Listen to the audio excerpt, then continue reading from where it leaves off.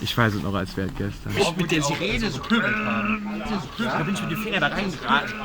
Peng, überall Blut. Aus dem Gesicht, aus den Augen. Überall kam Blut gelaufen.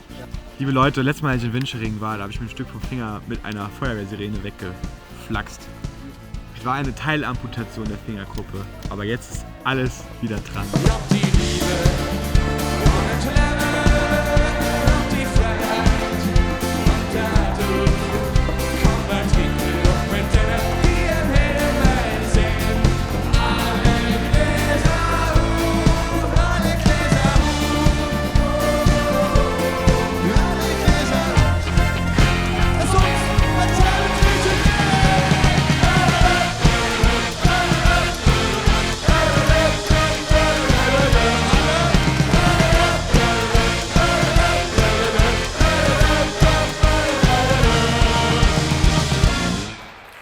Dankeschön. Jetzt muss ich ja wieder auf die ganze Saufnasen warten. Das ist wie immer.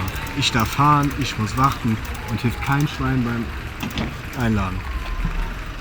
Schön. Ja, ja,